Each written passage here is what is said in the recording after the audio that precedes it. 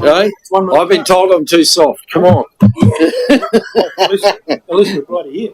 At least we're here. Hey, Mike. I think, where are you? Where's Mike? Oh, down the end. Okay, Lisa, let's kick into it, eh? If they're not here, they're not here. We shouldn't make announcements for them. Let's get into it. Thank you. Kia ora tātou. Thank you for coming today. We've got a workshop on the road naming policy review. So in the presentation today we are looking to introduce the current draft of the updated road naming policy. There's obviously still time to have input into that policy and make any changes that we need to do.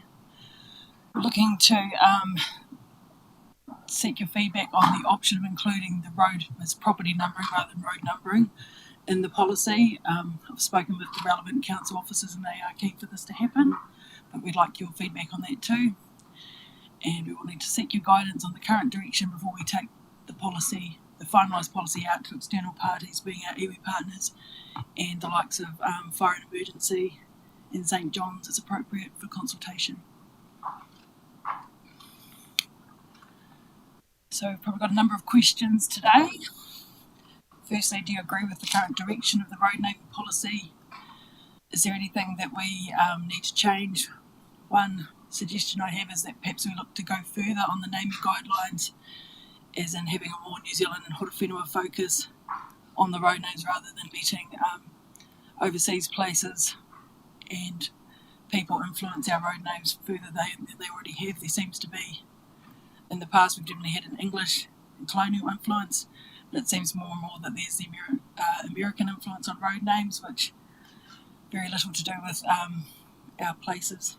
So whether that's something that we want to look at, if there's any other criteria that you'd like included, and whether we should include the property numbering as proposed. Currently road names go through, it's delegated to the Chief Executive for sign-off. I understand that previously they used to come through Council. The current system seems to be working very well, and just wanting to check that that's whether, if we want to include reference to the Chief Executive having the current final say on road naming in the policy, other territorial authorities include that reference, and then whether you've got any other feedback. The road naming, it might seem to be quite a minor detail, but it can have some quite long-lasting ramifications. Oh, sorry, whoops, getting too excited. In our triangle of where this sits, we're in the do section, so we are seeking your feedback today. There is an action required. Right. So there are some great examples of road names around. Here's one, this is McCorkindale Street in Fielding. Poynton Terrace, CBD of Auckland. Lisa Crescent, which is not a crescent, but that's another story, in Rotorua.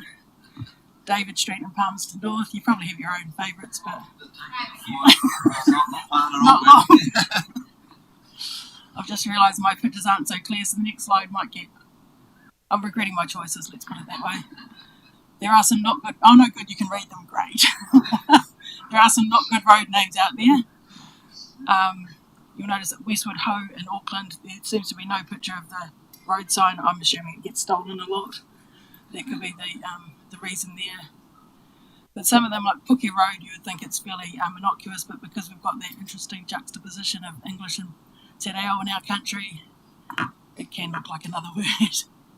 And some of these, we won't dwell too much on some of these other examples, but these are all real examples and New Zealand examples. Which we're trying to avoid. We are trying to avoid these. We don't want to be the laughing stock. We'll leave it to, those are mostly Auckland, Hamilton and Martin Row. There we go. So, under our current policy, we do have the requirement to consult with LINs. Well, applicants must consult with LINs and council to ensure that we don't have duplication of road names. It's not a legal requirement, it's just a nice to have. LINs will approve road names being the same as an adjoining one. It's not an issue that they have. If a Māori road name is suggested, consultation with iwi needs to occur and proof of that consultation needs to be provided. And in the current draft, the proposal is that we also include the requirement to consult with emergency services.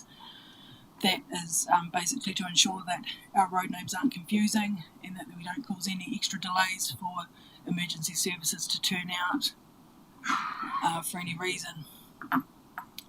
One thing that with the current policy has is that the perception of having to consult, there's sort of the implication that will delay the process, and we need to consider whether there's other ways that we can avoid that situation and can we assist. With that, one option is to have a register of pre-approved road names, which other districts certainly do. I think that this is a system that could work quite well, and it would be a council-led process in that case, and we could do the consultation with all parties at once rather than leaving it to the applicants. And I expect it would look something like an email with a 20 working day turnaround for comment, but there could be other, obviously, there's 101 iterations that could take. Another option is Auckland Council, for example, requires consultation for all road names.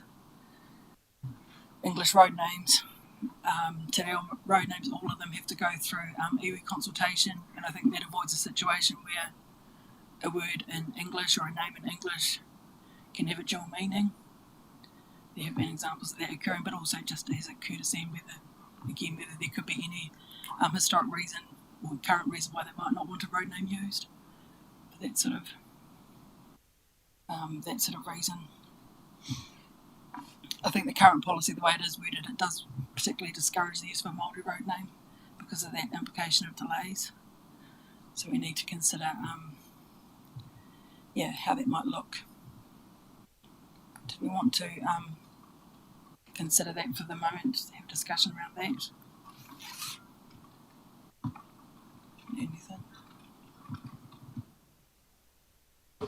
Lisa, thank you. Yeah, It's one of the things, keep it simple, for sure, I thought. And going, absolute support, iwi, emergency services for obvious reasons.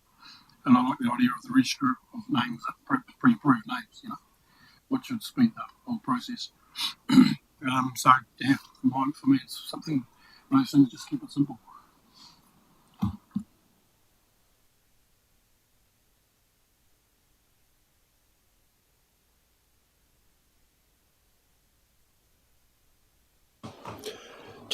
Just unsure about actively discouraging references to overseas locations. In the spirit of the whole thing, where developers really have the right to identify what is special to them, and I can't see what's lost if there is an overseas name which means a lot to them and which in turn can enrich the history of the district. It may be that naming is about their history which feeds into our history, etc. So it's just that sort of, why would we prohibit, or not prohibit, actively discourage? I don't know how other people around the table feel about that, but it seems a bit sort of like we're interfering a bit too much in their rights. Yeah, and I'd probably echo some of those comments too. I think Sam's got some valid points, obviously, in that email he flicked through. For me also, I think there are some real family ties to overseas, etc., which I'd hate to discourage as well. But also, I think some of the private developers surely should have some sort of input into that initially anyway. And if there's anything untoward, I'm sure we can explore things at that stage.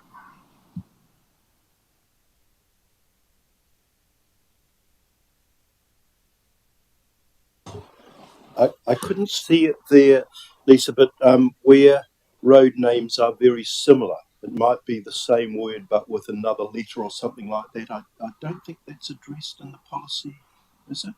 Apologies if I've missed it, and if so, should it be in there? I feel like it is one of the criteria, but it is possible that it's been missed off. It's certainly one of the main reasons why we consult with emergency services to try avoid those ones that either maybe sound or look similar, and you could end up with an emergency vehicle going that way when it actually needs to go that way and things. It's criterion M A new road name shall not be named the same, similar to a road already in existence within the district. So it is there. Yeah. Just further on that point, David, and I think Paul might have touched on too, around developers. If you just briefly outline the current process of a development that ends up being vested to council. So just outline the current process, because my thought would have been, sure, they got to certainly part of the conversation, but let's remember these roads are there for a long, long time, past further on past all of us. So sort of for me, it's got to be something that without going too deep, is for a different time rather than just right now. So can you just outline that sort of current policy around development? So the developer can suggest up to 3 road names per road, and basically we have to have the road name locked down. It can be at any point up until the deposit of the survey plan. So that's 2 to 3 stage. So it's essentially how it works. Is the developer is invited in the first instance to provide those road names, and they can do it. They could do it as part of the subdivision application if they wanted to, but basically any time up until they seek to get that land transfer plan deposited.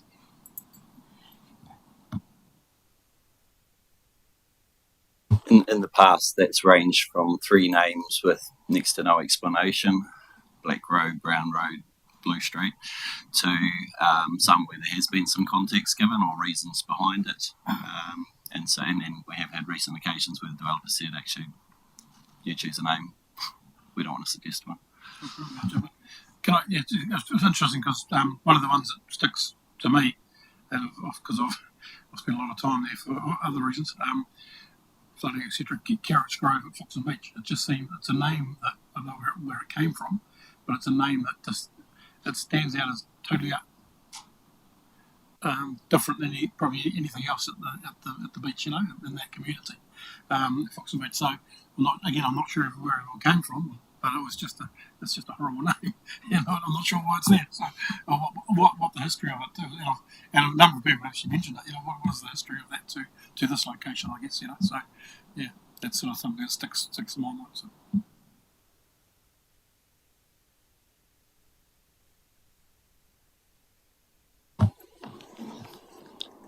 Carrying on then. So just to reiterate that it is really important we get the road names from the start. Those road names will outlast all of us, so they need to be enduring, and I think they need to have mana. We can change road names, but it is quite a process, and there are expenses involved in changing those road names.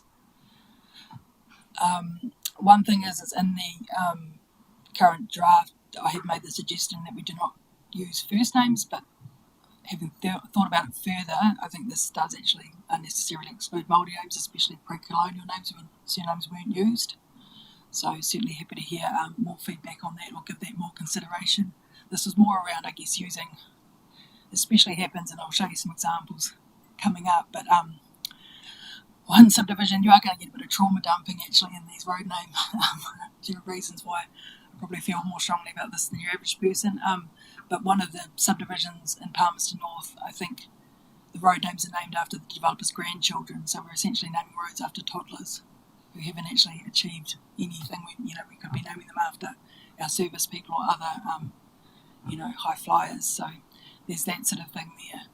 So I think the use of first names with a road name can be problematic in that sense, and also when it's a full name, it starts becoming quite wordy and long, especially for emergency services. But these are just suggestions. And as for reasons for not naming roads after living persons, I understand there are some cultural reasons that essentially it's memorialising someone, so if they're living that's problematic, but also you get the likes of Mr. Briley, Sir James Wallace, who while they're living, things have been uncovered about them that, when they were given their government honours and that weren't known, then they have become known. And I think when you've got a road named after those people, that can cause harm. So that's a reason for including that in the policy, is not to name it after a living person, to exclude that from occurring. So here are some. I don't know what the opposite of greatest hits are, but here's some that I'm certainly aware of that I don't think are great examples. First one's Kelvin Grove and Palmerston North. So we've got Boston, Brooklyn, Nevada, Geneva, Orlando. These are all places, place names from other places. And I think this might be the one actually where these are the grandchildren's names, and it's around here. Yeah, Brannigan Road is near it, but we kept that out of it for obvious reasons. I cut it off the picture. I was very careful not to tar Brannigan with that same brush. Another one, this is Impala Lane in Collerton. It's named after the man's car. I think there's 101 better reasons than that. And this Memory Lane one's a bit of a fun one. This was in the media 7 or 8 years ago. When the people bought the properties, they were told it was going to be called Wrighton's Gate. And in between them buying the properties and the road being named, the marriage of the developers broke up and the husband decided to go with Memory Lane. Memory Lane has a few connotations itself. The residents of Memory Lane actually petitioned council to change the name, but because it's a private laneway, not a legal road, council had endorsed the name, but they can't actually change a private way. So it remains Memory Lane. I was positive there was a Penny Lane around here somewhere too, named after the song, but I think Impala Lane. Penny Lane was one of the other options because he liked the song. He's obviously taking his job and naming a road very seriously. Some more examples, again, Kelvin Grove, Manhattan Court, Trump Place and Rodeo Drive. Politics aside, this is all stuff that nothing to do with Kelvin Grove area. Logan Place, Logan Way, Logan Views. This is one where you could get some confusion about, in emergency services, if you're at number 1, you ring up and set them at 1 Logan and then your phone cut off. They're looking in 3 places to try and find you. The third one there's not entirely clear, but it's called 60 Mile Close. This is in Hastings, and as you can see there, I've put the measurement on there, it's 87 metres long. So, but also using a number in the road name that, whether someone's looking for number 60 Mile Close. Just, not great examples there. Also important to be careful with non-English names. I think people may remember that Weta workshop in Wellington renamed themselves because they became aware of the 2 meanings of Weta, one with the macrons, one without. They were using the wrong one. The wrong ones here are Streeton and Hobsonville. And then over here, this is my street. La Leña Grove is the correct pronunciation. Leña is the Spanish word for firewood. And my street was the firewood paddock for the barber farm in Palmerston North. But it comes out everywhere as La Leña Grove. And I think every time I tell people where I live, I have to tell them the wrong pronunciation for them to know where I mean. So it's an unusual, you'll see that, you probably can't really see it. I promise it wasn't me because it involves a ladder and I don't do ladders. But someone has scratched the, I don't know what you call it above, it's like a tilde above the N to make it Enu. Someone scratched it on the road sign, but it's not an official one, and we don't use non-English. We don't use non-English. Lettering. Yeah, lettering. I can't think of the thing there. But some things to know there.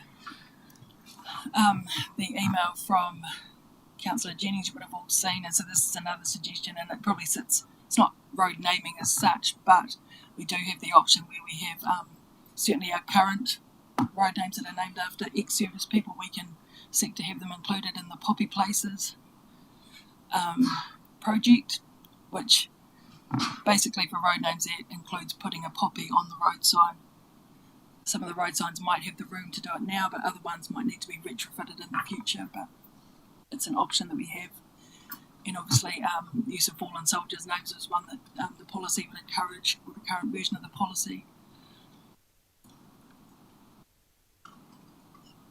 Yeah. Then coming into property numbering, this hasn't come out great, but I've tried to use non-Horowhenua examples just to leave it where it is. So the one on the left is Farrazin Street in Fielding. So at the bottom there you've got, on the left you've got number 48, across the intersection is number 50, one next to, so you can point through there. There, this is number 51C, next to number 50. Here we have 43, 45, 47, 49, 52, 54, 56. This is a modern extension to Ferrison Street too, so I don't quite know why it wasn't picked up and why it's never been fixed.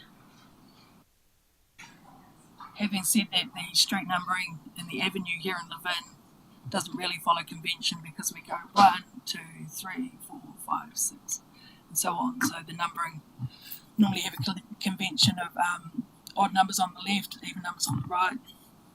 I suppose because the avenue only has houses on one side of the road, but for wayfinding it would be much easier to just do it. Yeah, that was the only local example I found that you'd be pleased to know. This is more, there's lots of learning for you today. This is more just to explain why we have suggested road types. It's also pointed out today that road and street, obviously these should be the larger roads, but also there shouldn't be no exit. Road and street implies that it goes right through. And these are some just quick Google photos of what we expect they look like. Street, it's important that it has buildings on both sides and footpaths. An avenue, the main feature of the avenue should be the trees. The crescent should be crescent shaped. Go all the way around, not like Lisa Crescent in Rotorua, which only goes part way, then turns into another road. Place is a short, narrow and closed roadway. These can be no exit, and a grove should have a group of trees. We've got one grove here in Levin, Lakewood Grove, and there is a set of trees at the end there. I think that might count to make the grove. But we also have the option to consider other road name types. Auckland Council has the option to use ara or tiara with te reo road name, which I think is quite a nice touch. So you could either have ara tahi or tahi street as an option. And also because we have waterways, we might want to consider using esplanade or parade as well for beach sediments or rivers and lakes. That's basic. Lanes, we have courts. How do they come about? I mean, place seems to be a pretty uniform sort of short road. Yes, lane and quarter in that year. I didn't want to do a typology of every single one, but I think sometimes just it'll be for alliteration. It sounds nicer, or generally those shorter road names will generally mean the same. It's only sometimes where it's got grove where there's a implication there should be trees involved as well. But I guess we wouldn't want something like these being called. We don't have boulevard as an option in our road naming policy. A boulevard is generally a very wide road. It has trees, and I think it's supposed to have a median or something in the middle as well, technically by the name. So technically, Phoenix Palms Grove, where they cut the trees down, shouldn't have been a grove. There will be a few examples, and some start out like that where it probably could be justified at the time of naming, and then, as I say, stuff happens. We have for a long time carried a diagram which sort of showed these sorts of examples with a brief description of what was appropriate or not. But sometimes you do run into someone who's quite determined and pushes quite hard. So Corfe Castle Lane, I think, is a lane, but it's typically a lane should be in a countryside. Essentially, is how we'd usually have those. So there are examples around, and obviously what Lisa's been saying today, a range of examples that exist already, which depending on where you land with the policy, might mean that actually we depart from that. So we've got examples of Waikawa Beach. There's the Emma, Amy, and a couple other ones where the developer's named after his daughters and things like that. So that's where we have his first names, living people, and so on. So those are all considerations, I guess, going forward if we continue to allow that, or whether there's some steps you want to take just to sort of guide that a bit further. So when Councillor Brannigan says keep it simple, it's not going to be simple, is it? Everybody else. No, because you're always going to have exceptions to the rule. And if developers are insistent that what they want to have, I mean, I can imagine there's been all sorts of examples where that's turned ugly and not been very positive experience for everybody. Yeah, look, I think the policy allows you to provide guidance and direction, and that will work for most of the time. And then there might be some of those occasions where you decide, is it a battle worth having? Maybe the difference between a lane and a place and things like that isn't really going to throw off emergency services vehicles. Is it really going to sort of change the wayfinding ability? Is it controversial? No. Versus someone who's insisting on something being called a crescent when it's never got any chance of connecting, that sort of stuff. You'd say from a wayfinding point of view, it doesn't make sense, and we probably would then decide that's actually something to dig the heels in on. And I suppose the reality of having something like Google Maps makes that sort of thing, because people would have had to rely on a hand map years ago and would have had that confusion, but you shouldn't get that now, I assume. As long as you've got battery on your phone or whatever, you're fine. And we currently use Parade, just picking on that particular example. Parade already exists in our district, yeah. Nash Parade, Marine Parade, yeah, so. And having, just in terms of the overview, having flexibility, I like Esplanade Parade, have that multiple flexibility, yeah.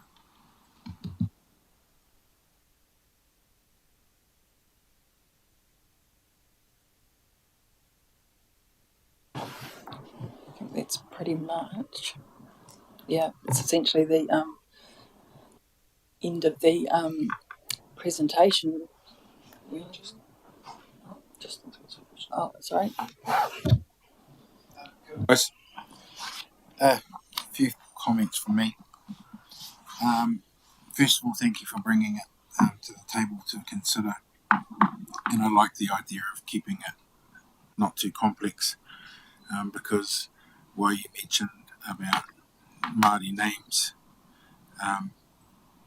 there are different Māori words for different paths, State Highway 1, roads, lanes, lakes, awas and rivers and things like that. And so it would be really quite hard to, as an example, if we were talking about a street saying ara and then having a word like huarahi in front of another word, because that means road. So you could just imagine having huarahi weraroa. I think if we were considering as a council bilingual signs, then absolutely I think you'd go as far as introducing those to the district by way of just sharing the different terminologies that Māori use. And the other one I find is pronunciation can get in the way, where I've had an example myself in Hawke's Bay where I tried to find a street, was told to go to Parkaway Street. I think I spent 2 hours trying to find Parkaway Street, and it turned out it was Parkawhai. And so just because the poor guys in the garage didn't realise how to say Parkawhai, they just pronounced it Parkaway. So I think it's an interesting exercise. I do like the idea of council endorsing all names. I know that that's an issue that we allow our CEO to do, but I think if the CEO went through the process of ensuring all parties are consulted with and that there's some amicable names that are brought to council, I think it should be council that adopt the names. Certainly support the intent around emergency services and others being a part of the process to ensure, taking away the confusion and all of that sort of stuff in terms of response times and things. What I don't actually support is developers and people that are new to the district coming in and feeling like they have a right to rename places. So I'm quite adamant that I don't support that. I think there needs to be much more reflection and council guidance that we can celebrate developers and new families coming into our district. I don't know how you find an equilibrium and how much a developer can give as opposed to what we as a district may have more comfort with. And what I mean by that is, we heard it recently about that family that came in here and they named all of their places in Wellington after places back in their homeland of Scotland or wherever the heck it was, and now that entire area down there is basically named after their ancestors. no relevance whatsoever to the history of the Johnsonville Puridoa area. Therefore, it's a completely new beast, I suppose I would call it, because it doesn't reflect home, doesn't reflect Aotearoa, doesn't reflect Tuawhanua. So for me, developers need to be really conscious that if you're coming here, you know, we want you here, we want your business, we want you to build, but you actually have to work with our local history, our local people, and our local places and spaces. And so Nina just reminded me that the Horowhenua Heritage Society have records of significant landscapes and features. Our council ourselves apparently are meant to have some record of significant landscapes and features. I think there's enough archaeological data and historical data in the district that could quite simply identify to developers when they're coming into the area that actually this is an area that you're developing in, and these are actually all the historical names that are actually attached to your site. And I'm not talking about people's names. I'm talking about names of those places, whether that's streams, whether that's little hills, whether that's a significant waihi tapu that may have been in place. Because I think if you start delving down into family names even, so I can celebrate the idea of returned servicemen. I think that's a great initiative. My fear in that is how do you choose? Because, you know, Māori would like to definitely see Māori emphasised in that space, particularly our battalion members that don't get recognition anywhere really other than in a cemetery. And then you talked about names, not naming them after living people. Well, that's a hard one for Māori because many of our children today carry ancestral names, and they do that to keep their whakapapa alive. So that doesn't resonate for me as a Māori. We actually capture those names to celebrate and enhance those names. So those types of names are names you'd want to capture for me. Because that's their roots. That's their roots to their whenua, that's their roots to their whakapapa, their marae, their heritage.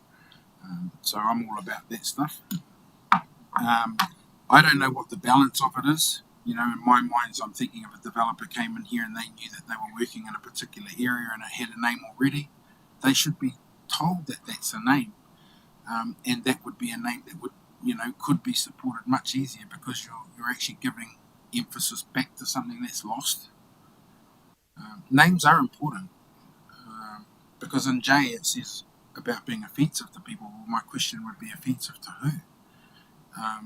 Because what you're offended by and what I'm offended by could be two different examples. And one that I always go on about is title. So I'm just being open and honest here that what is offensive and who is it offensive to? How do you get around that? I'm not trying to make it complex. I'm just saying that these are the things as Māori that we consider. These things we've lost. You know, recently we've made a decision around a park, Goldsmith Crest, this new theme park that's going to have these islands and everything all named after Papua Tonga. In reflection, I sit back and I think, wow, what are we doing? Do we realise the atrocities that took place there? Are we trying to relive something that happened in a locale and now we're bringing it into a children's playground? It just doesn't resonate with me.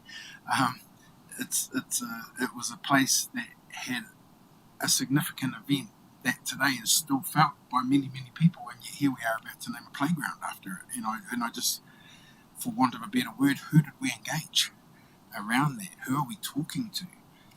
Is it right that we do these sorts of things? So sorry to be harping on, but that's how I feel. I'm really staunch that this council should be ensuring that we're giving names to places to ensure that those places are never lost.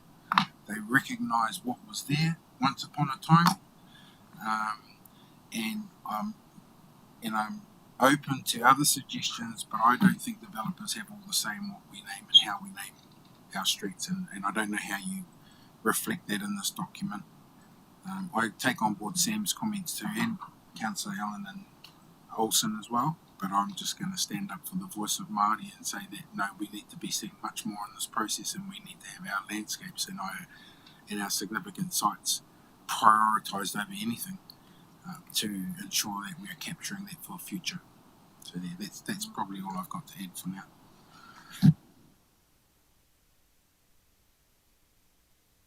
So So very valuable discussion and clearly some different points of view around the table. I'm standing fairly strongly in terms of the rights of the developer, subject to, emergency services, health and safety and so on, but other views also. So I guess the question is where to next? How do we move forward on this? Will it require like a report to council where we formally debate and adopt? So yeah, the plan was to try seek some direction or anything that we needed to include further in this before bringing it to council, so it would come to council. I guess probably listening to that, there were two bits that jumped out that were probably sufficiently different to what we'd previously heard. So the one was around council endorsing names versus it going through the CE, and then the other was around that how much weight or influence does the developer have in terms of choosing names. So that's where probably what we heard there differs to what we'd previously heard, and at the moment it would be good if there was any further clarification in terms of how we bring that forward in the policy, or whether in fact you want us to have a policy that has two parts to it and you then decide on at the council meeting. So just a response to the developer piece and what weighting they might have. One view is that those streets, whilst they may have owned the land in which they developed, those streets become the communities, and council will going forward owns and maintains those roads for everybody, not even just the resident who lives on that street. So the name therefore is for everyone which council administers effectively, and if we think about the life of that, it's well beyond a developer either buying it in that moment to do a certain thing, or even if they had it for a time and then developed that. I think the actual street and names are important. So there definitely needs to be consideration of the whole rather than just giving it all over to a developer to determine.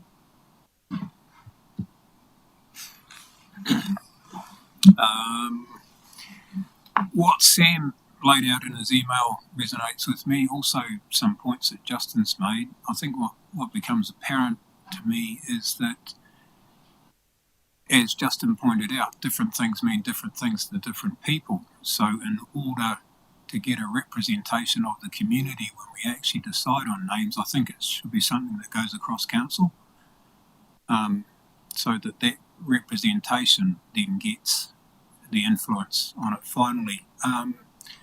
As far as the developer getting a say in anything, actually, nah, pretty much, as far as I'm concerned.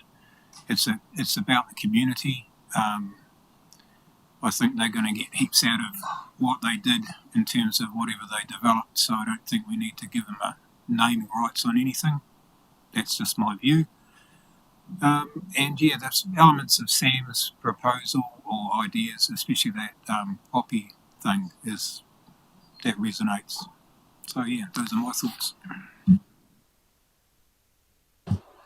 I was wondering about potential for kind of two pathways of the pre-approved names list, poppy places, whatever road we go down, and then the other pathway of if it's not on the list, it's coming to council. Anything that's kind of pre-approved or meets X number of criteria. I don't know if we do a ranking system, but maybe if people are putting forward names that clearly that's going to be fine. Jones Road, whatever. Not too fast, but I'd echo the points that I'd prefer council has more say and we don't let developers really roll the roost on this one as much as private power. But these streets are going to be ours forever. Those developers aren't going to be here forever.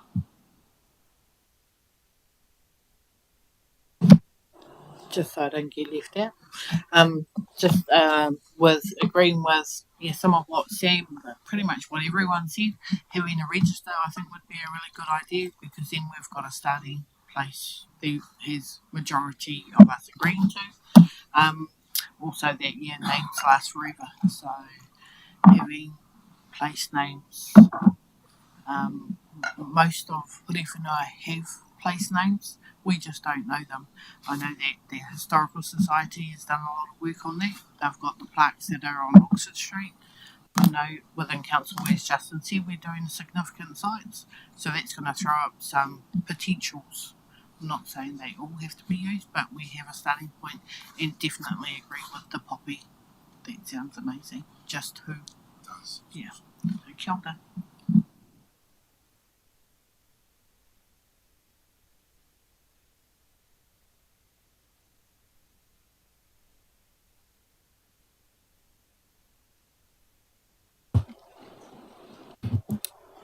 My initial reaction to up there was yes, yes, yes, yes, and yeah, explore other options because we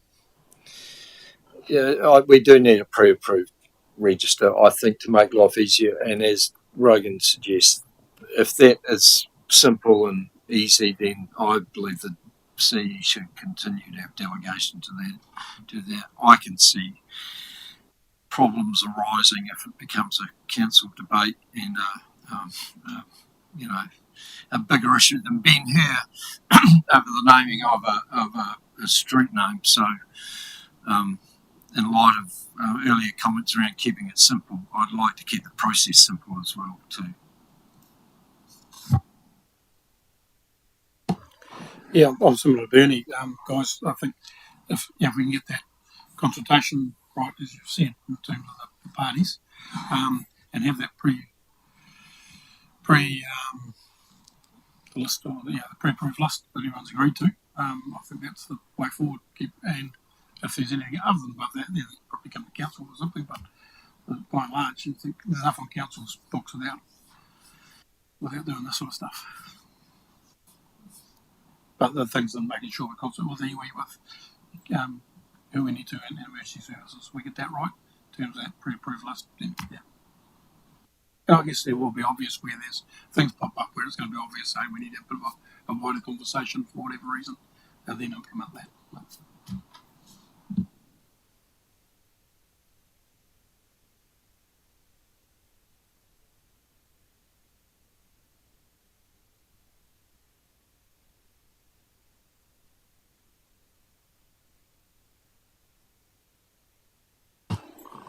Well, thank you.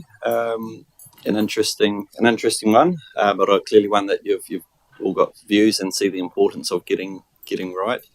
Our plan here will be to take on board the feedback. There are probably a couple of elements as identified that at the moment feels like there's different views around the table, and I think we'll probably try frame the policy, which gives you the option to decide that or that. But certainly there's some stuff like the pre-approved or the naming register and things like that I think we can shape up based on sort of general support for that and some other aspects today that we've noted down. So that will take us a little while, but not quite sure. But the idea the next time you would see this would be wanted to check, would you be comfortable if we take on board this feedback that the next time you see it is on a council agenda?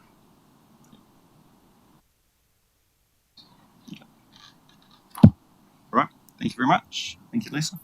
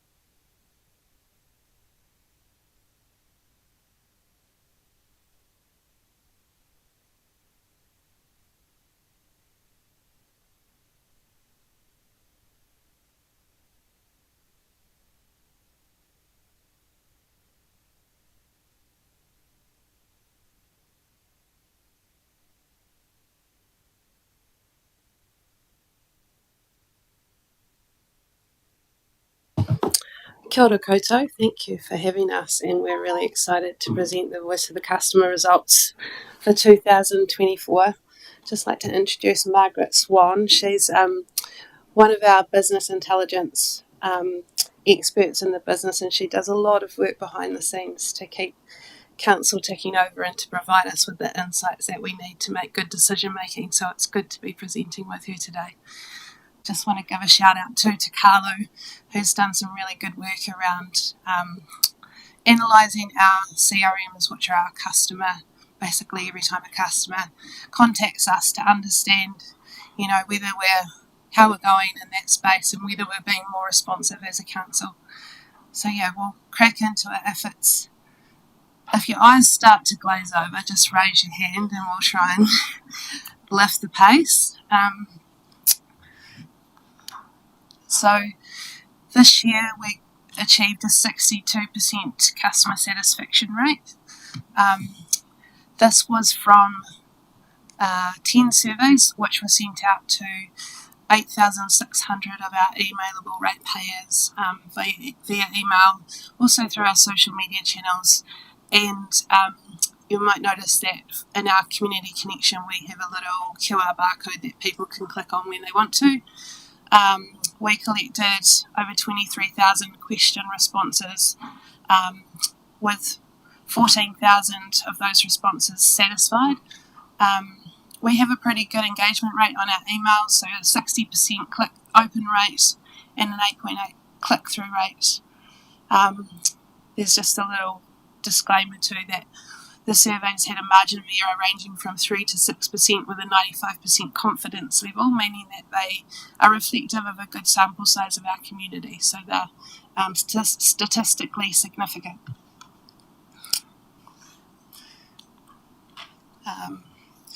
You'll see that we have gotten slightly down on our responses both collectively and individually, and that could mean a couple of things. People aren't as dissatisfied with us as they have been previously. I also forgot to send out the reminder email for those that didn't complete the survey. So normally we give people a little nudge along in the emails. If they get sent an email and they haven't completed the survey, we can send them a follow-up. But last year we got the feedback that people felt a little bit bombarded by too many emails, so we didn't do that this year, which also can result in why we've got a few less responses. Just as a reminder, as well as customer satisfaction as a metric, we also use Net Promoter Score. Net Promoter Score is a customer loyalty and satisfaction metric often used in the private sector. It can range from negative 100 to 100, so that's just something to keep in mind as we talk about Net Promoter Scores later on in the presentation. As well as a 62% customer satisfaction result, we also improved our Net Promoter Score. It was negative 9.9 last year and it's now negative 4.2. That's slightly less than we had hoped. We had hoped to get a 0 negative promoter score. But what's really promising and really interesting to us is our public sector Net Promoter Score, which improved from 31.4% to 35.8%.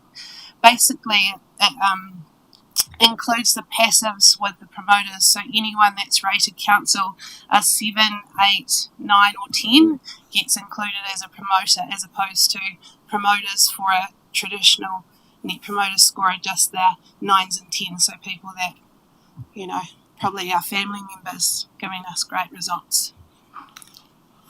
Except our family members can't do the surveys. That was a joke. Our family members and council staff, as well as elected members, are not able to do our survey, and we remove them from the survey results.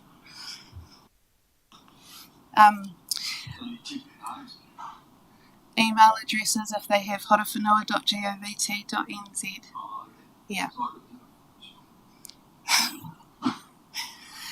But you wouldn't want to, would you, Mepini?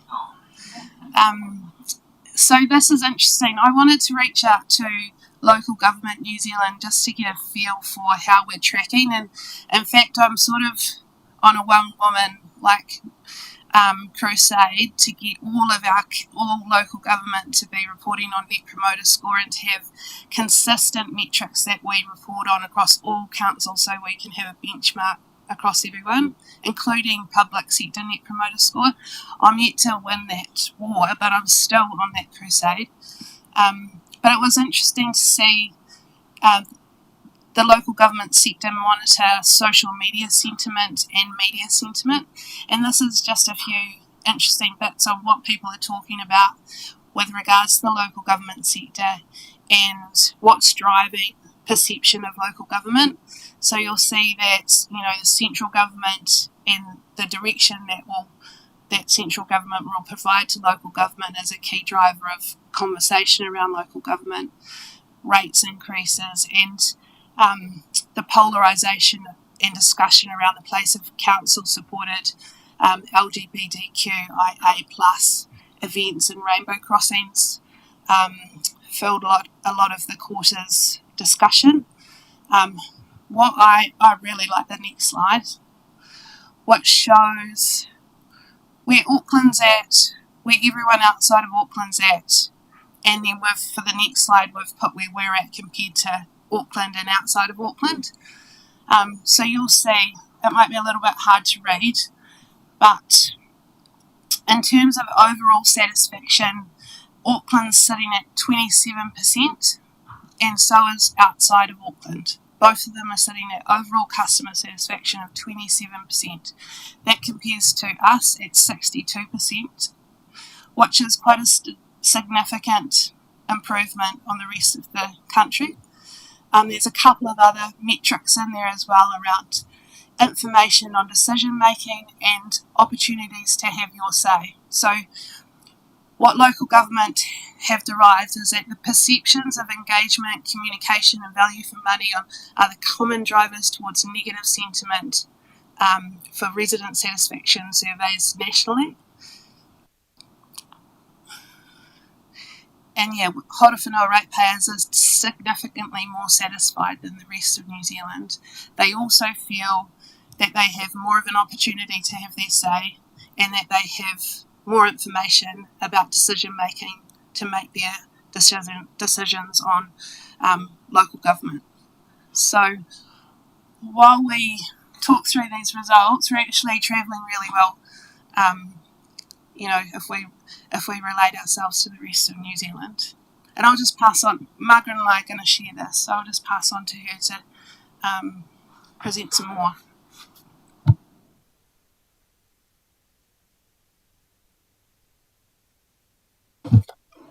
Alright, kia ora.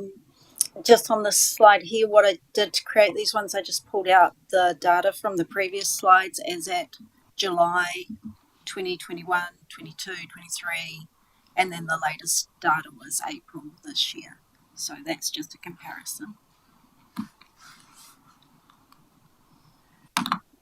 So I'm going to just go through the customer satisfaction scores sort of by question, or by survey and by question. So next to each one we've got a green arrow on this slide showing that it's increased on last year, and on some of the other slides you'll see a red arrow down where it's decreased, or yellow for no change. That's just on the percentages, but you'll also see here we've got in brackets none or very high. That's the amount of confidence we have in these results. So if we ran these surveys 100 times with different people completing it each time, the higher our confidence, the more likely we'd get the same result each time. The stormwater results, very surprising how much it's gone up, just an observation. It has. We haven't had a lot of storms either this year. And we've also done quite a bit of work in fixing those trouble spots, so I would imagine that those people would have been very positive about what had been done.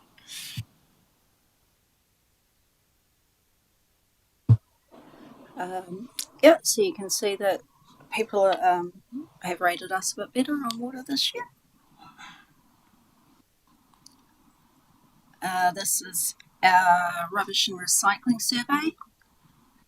So the previous one I just showed you, the water survey, that one received the most responses out of all the surveys, and this was the second most survey with the second most number of responses at 946.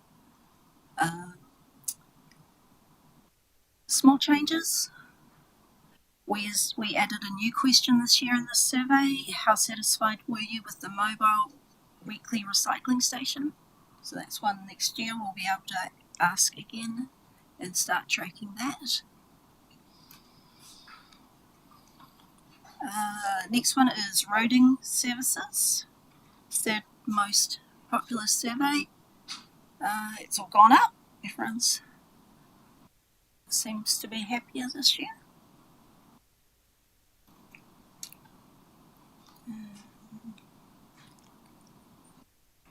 And then this is our community centres and libraries survey.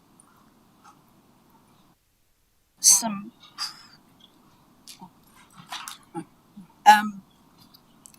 pretty good numbers in there, some very high numbers, but also low response rate. We asked people if they had used services and then asked them to rate it if they had used it. So we did not get many responses from Shannon people, but those we did hear from thought it was fantastic. Yeah. Just preface it with that.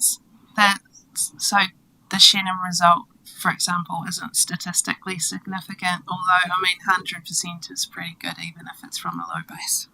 Expected to be leading the media release next week.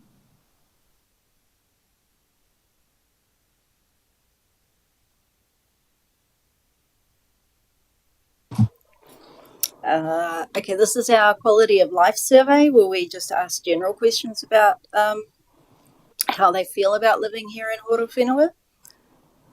Mostly pretty happy. Significant increase in feeling of safety, which is great.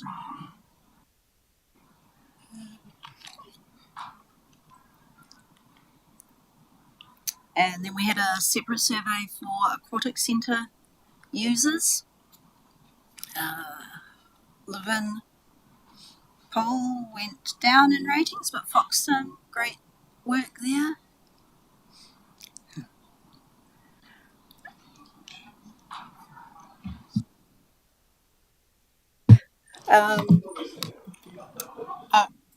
Just a question, how come the live-in aquatic centres got a red arrow going down, but it seems very high?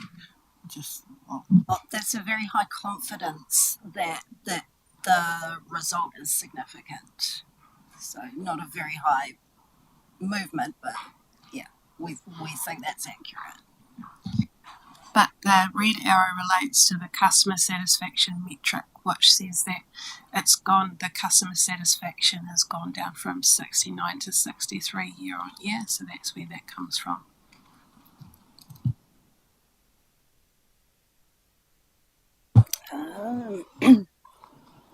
And this is our Parks and Recreation survey. Of note here is halls. Satisfaction rate for the hall users has gone down. They're happy with the cemeteries. You'd be surprised, Councillor, that cemeteries are one of the most highly searched terms on our website. So people love to go to our website and search where their ancestors are and go and, yeah, so people are happy with that. But yeah, you would expect that given our property strategy and the media attention we've received, that the metric for halls has decreased.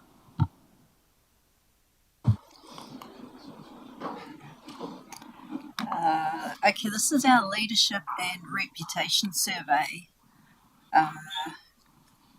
Easy to do business with declined, whereas everything else pretty much is the same as last year. But I think we're going to come back to this one a bit later on.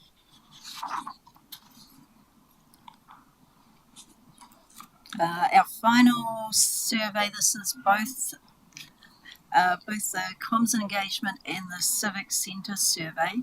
These were both the two surveys that got the least number of responses, about 300 people. Mostly happy there, although I'll point out that only 40 people had ordered a Lagoima or LIM or property report and rated that. Also 2 new questions there. How satisfied are you with the ways you can contact council? And how satisfied are you with council responsiveness? So both scored in the 60%. I think I can really read that.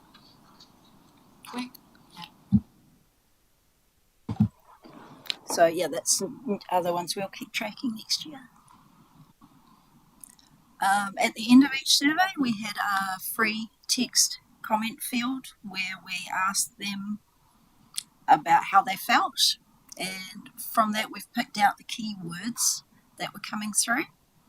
About 8 or 9% mentioned water or words associated with water, and very closely behind that was roading and rubbish, so all kinds of words that we looked for that might be associated with those things. Can't tell whether they're good or bad or neutral, but just this is what people are talking about the most. Yet, definitely want to include negative and positive sentiment around the free text analysis so that we can be a little bit more, provide a little bit more insight around why people are talking about rubbish and whether they're or why people are talking about water and whether they're happy or angry or whatever it might be.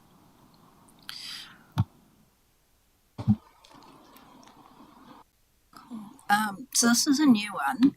Last year you asked us about, we surveyed about drinking water, and you asked us if we could divide that between Foxton and Foxton Beach. So we've done a little bit of a suburb analysis here. I do want to point out that the numbers across the top of this graph are the number of people in each section. So, for example, you can't look at this graph and say, oh, everyone in Hokio Beach is satisfied because it was one person. But what it does show you is that the people in both Foxton and Foxton Beach were more dissatisfied than any of the other areas. And I think just to add to that, we added some drop-down questions if people said that they were dissatisfied or strongly dissatisfied around drinking water, to understand whether it was drinking water quality, odour, taste. So you'll see that taste, drinking water taste came out on top as being most dissatisfied.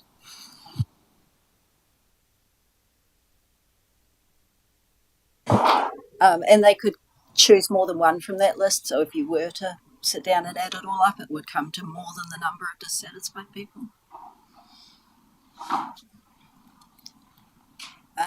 And the last one I'm going to talk about is the question we asked about what is your biggest concern about the future of Horowhenua, and healthcare came out as the biggest concern across promoters, detractors and passives, followed by population growth and then roading. And they all tie together. People who are concerned about the population growing are concerned they won't have doctors and so on. Cool. Have we still got you? Sorry. Okay, good. We don't need to do a stand up and shake a body exercise to get engaged. Cool. We're nearly there. This just relates to satisfaction broken down by age. So we've seen significant positive shifts in NPS scores from age groups 18 to 39 and 65 plus years, although we did see a decrease in people 18 to 39 completing the surveys. 50 to 64-year-olds were least satisfied overall. Ratepayers gave all wards significant improvements in their NPS scores, which is fantastic year on year. Residents were happier than ratepayers, who scored us an overall 1.6 NPS, the first positive NPS.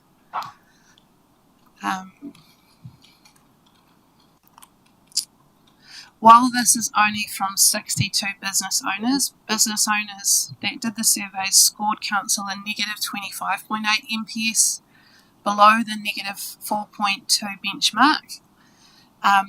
So more anecdotal than statistically significant, but interesting nonetheless. Our emailable base are more satisfied than our general base, so when we communicate directly with our ratepayers, they are more satisfied than if we don't. So they were also a positive 2.8 NPS score. And dog owners are more satisfied than our general base with a positive 7.7 NPS.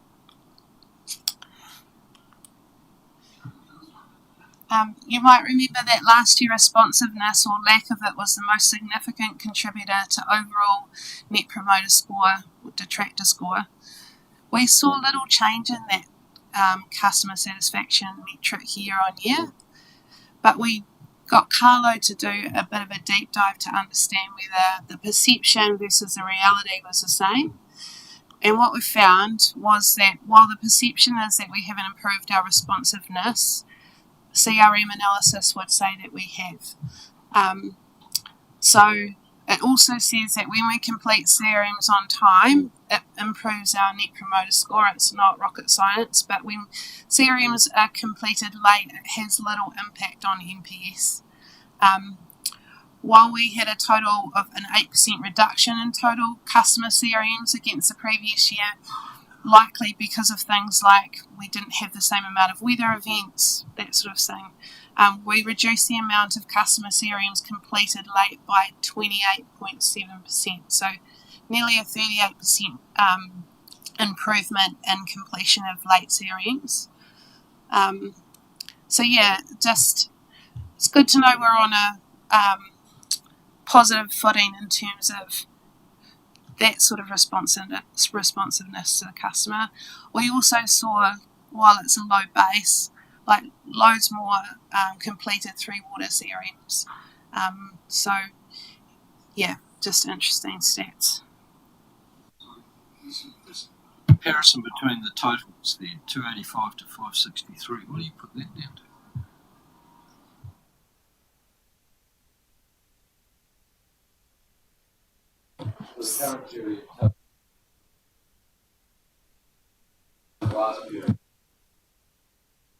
So that's the number of CRMs that were completed on time within the categories that related most strongly to the surveys that we put out. So do you mean why are we completing CRMs on time? Well, I suppose I'm trying to understand how that compares to the total of CRMs that we're getting in terms of that, and if we've doubled the amount of CRMs we've completed on time in 1 year, it seems a pretty significant increase and should be highlighted. So what I did to get those numbers was I started with the CRMs and looked at who had raised them, and then looked to see if I could link that to a survey. So 563 CRMs completed on time this year that specifically related to someone who had completed a survey. So anyone who had completed a survey that weren't shown in the CRMs aren't counted, and any CRMs, come.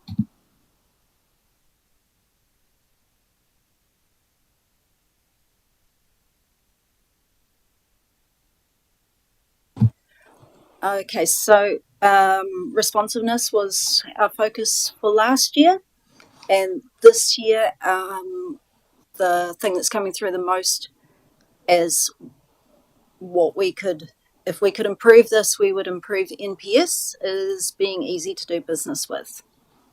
And this little graphic here shows how we came up with this, and I'm sorry that you can't read it, but basically if you looked at the number of promoters, 81, no, yeah, I can't read, 87% of the very satisfied people were promoters, and a similar number of the very unsatisfied were major detractors, and that shows a very strong correlation between the rating they gave us for the question and the rating they gave us overall. And that allows us to come to the conclusion that if we could be more easy to do business with, we could increase our NPS. It would have the biggest impact on our NPS score. Yeah. And the second biggest thing we could work on to increase our NPS would be the Mayor and Councillors display sound and effective leadership.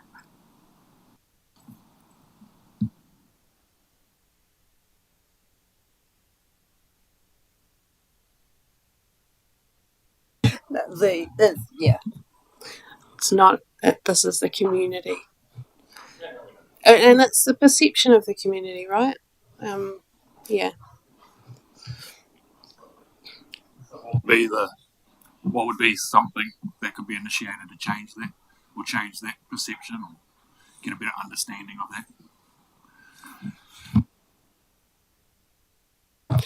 I think that's probably something for all of you to workshop. But I would say that things like having elected members lead things like the long-term plan and getting out into the community, and we're just doing a lot local government award entry for the LTP engagement process, and the key thing that comes out is familiar faces, familiar places. So when we are in the places that are of importance to people, that means something to people, and engaging with people that are familiar to our community, then I think that those sorts of things would shift the dial on this metric. But I think that's a really interesting question for everyone to talk about.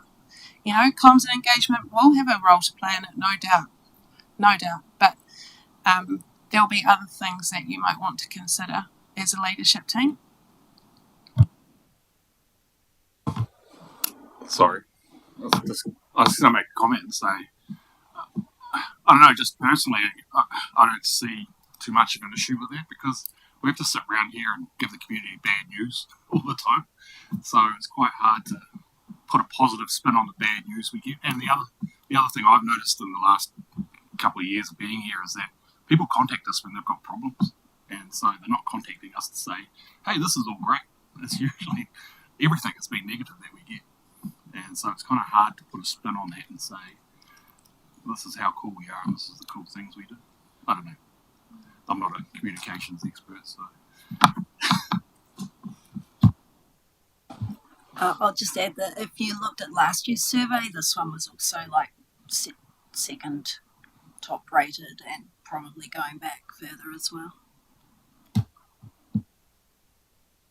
And a lot of it, I think, might depend on how engaged they are with council in terms of, does it just their perception from reading the newspaper, or, how do they go to public meetings? Do they get involved in plans and workshops and different things like that?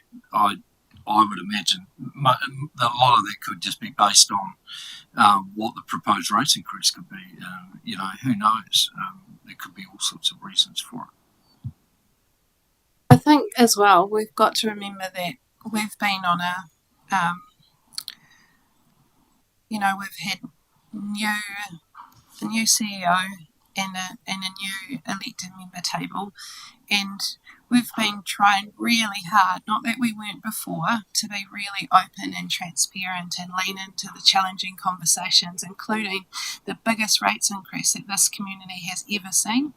And so when you do that, there's going to be friction and growing pains as people get used to hearing the truth, hearing what's really facing our council, what's really facing our community in terms of, having to find that balance between increasing rates, finding additional revenue streams, delivering on what the community wants us to deliver, So when we talk about stuff like we have done in the long-term plan, for example, there's going to be friction.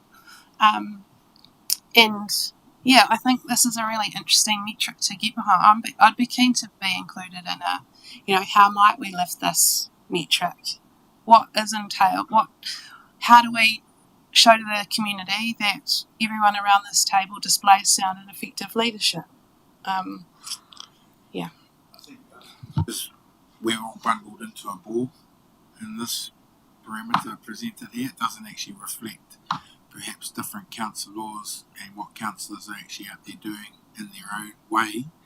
I think the data is really great. I just said to Councillor Roy's part of that, for me, I struggle to see the overall stuff because, again, I've heard others say, what part of this is considered from face-to-face feedback in terms of how that person's engaging council or councillors.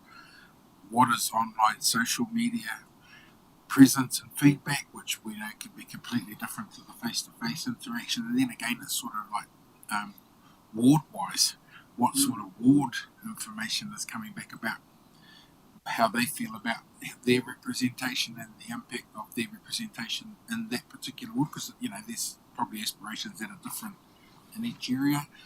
I think the data is amazing. I think it's really great we have it.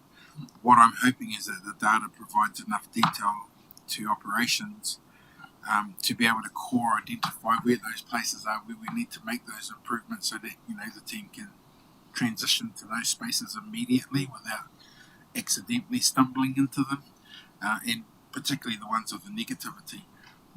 What is it that's grinding those individuals, because it sounds like it's individuals, what is it that's gearing them to and I'm guessing, if I'm honest, I can probably think of some people immediately and some core issues for them that will continue to drive that council aren't doing enough. And so then how do we change that perception that we're doing the best with what we've got? So I think it's really valuable feedback you are sharing. Ultimately, voice of the customer is every business unit should know the top 3 things that they need to do that will shift customer satisfaction, net promoter score in their business unit, and that's what they should be focusing on. But as a business, we will be looking into what is easy to do business with look like, and what avenues are people doing business with us, and are those processes as easy as they can be, as optimised as they can be? Are we getting back to people on time? All that sort of stuff. I mean, it goes policy, everything. That will be something that we look into off the back of these results. I think just following on from your point that it's also about quality of engagement and feedback, and sometimes quick fixes aren't the solution. Sometimes you've just got to dig a bit deeper and spend a little bit more to get a more permanent outcome, and that's probably something that operationally they need to think about that. Where do you prioritise? And how do you prioritise here?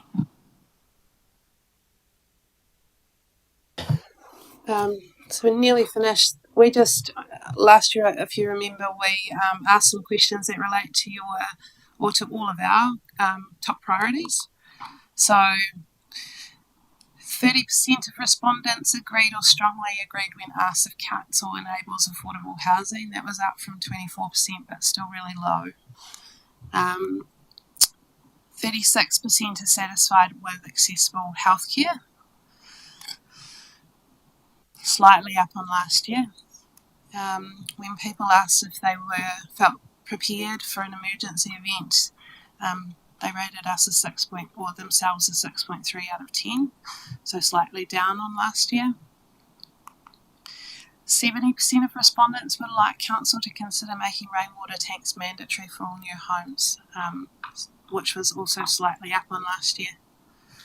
So, just in summary, our community are way more satisfied than the rest of New Zealand, so you should be giving yourselves a pat on the back.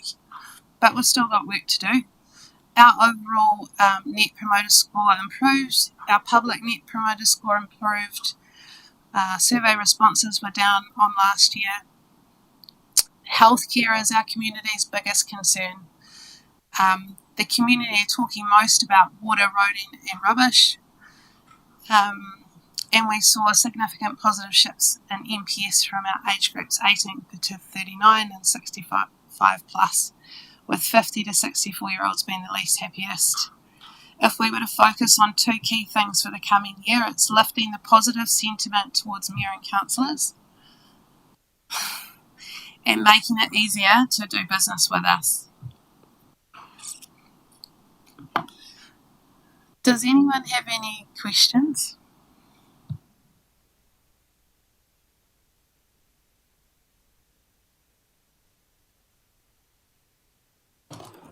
Lisa, I might just jump in with a bit of a comment about the and so what, because it's like this is really important that we're transparent back to councillors and to community and to staff about what our community is saying.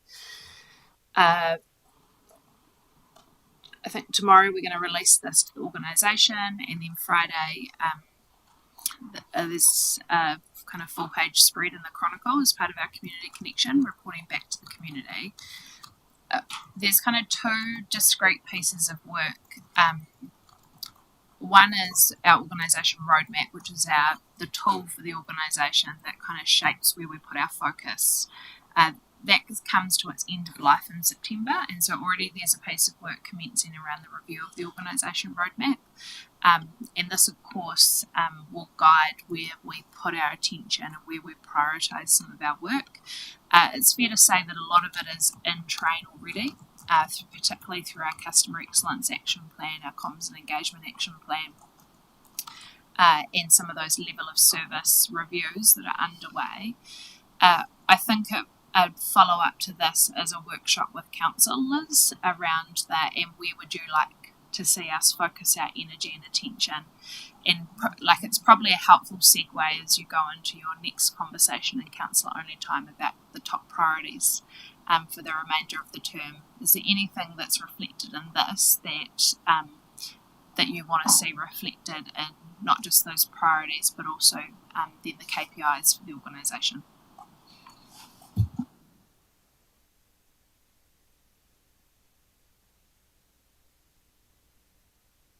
Thanks. Thank you. Well done, guys. Mm. Very good. Got a week as a matter. Yeah, that's huge, man. So, not going to go.